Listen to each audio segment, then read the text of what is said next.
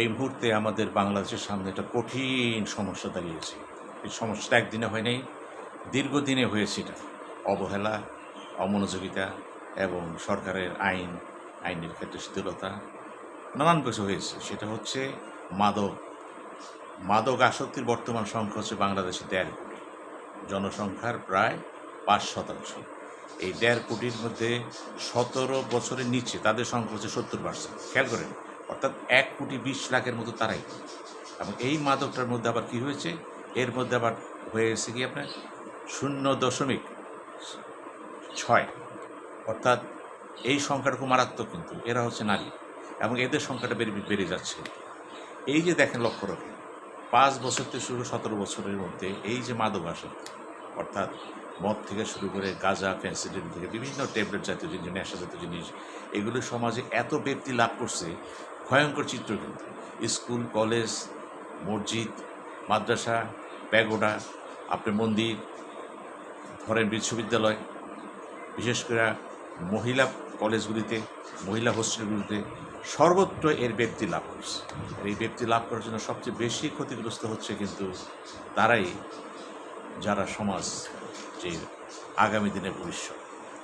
এই যে শ্রমিক যে মানুষ, তাদের একটা অংশ জড়িতটার সাথে, এই যে জড়িততার সাথে, এতে করে কী হচ্ছে, যারা এখন 5 থেকে 17 বছর জাতির মেধা বিকাশের সময় কিন্তু স্কুল, কলেজ, মাদ্রাসা, মন্দির, বিশ্ববিদ্যালয়তে কিন্তু প্রাপ্তি লাভ করেছে, তাতে কী হচ্ছে, ভবিষ্যতের মেধাগুলি ধ্বংস হয়ে যাচ্ছে, রোগী সংখ্যা বেড়ে যাচ্ছে, প্রচুর পরিমাণে মাদক নিরাময় কেন্দ্র হচ্ছে, ড্রাগসের বিভিন্ন ওষুধ আসতেছে, ডাক্তারি হচ্ছে, মানে রমরমা ব্যবসা।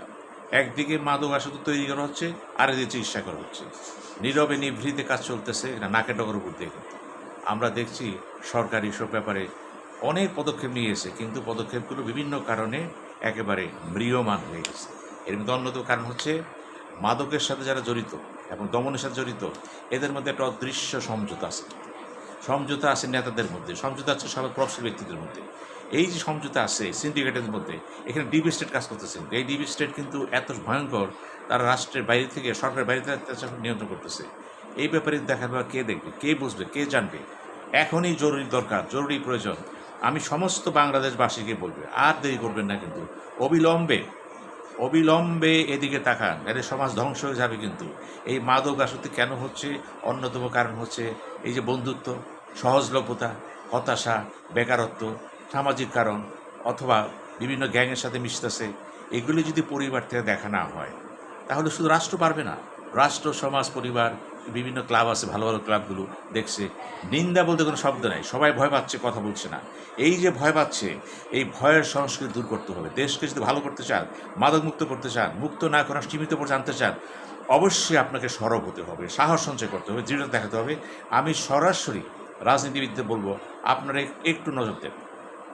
স্বরাষ্ট্রমন্ত্রীকে বলবো, আপনার একটা উপযুক্ত সময় এদিকে হাত দেওয়া মানে জাতিকে সামনে আগায় নেওয়া। জাতি মানে কি, আমরা সামনের কথা বলি কেন? মানুষ হাঁটতে বলো, হাঁটতে মানে কি, সামনের দিকে হাঁটবে, সেটা পিছন দিকে হাঁটবে না। যদি সামনের দিকে না হাঁটে, তাহলে তো হাঁটতে পারবে না। এই যে হাঁটার যে সংজ্ঞাটা দেখেন, আপনাকে বলে হয়েছে জন্মগতভাবে আপনি হাঁটবেন। হাঁটা মানে কি, সামনের দিকে যাবেন। আমরা কিন্তু পিছনের দিকে যাচ্ছি।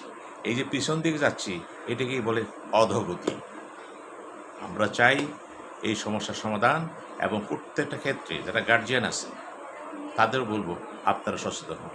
কারণ বাসা হচ্ছে, হাউস হচ্ছে সবচেয়ে বেস্ট শিক্ষক। এই জিনিসটা এখন নাই। আল্লাহ আমাদের হেফাজত।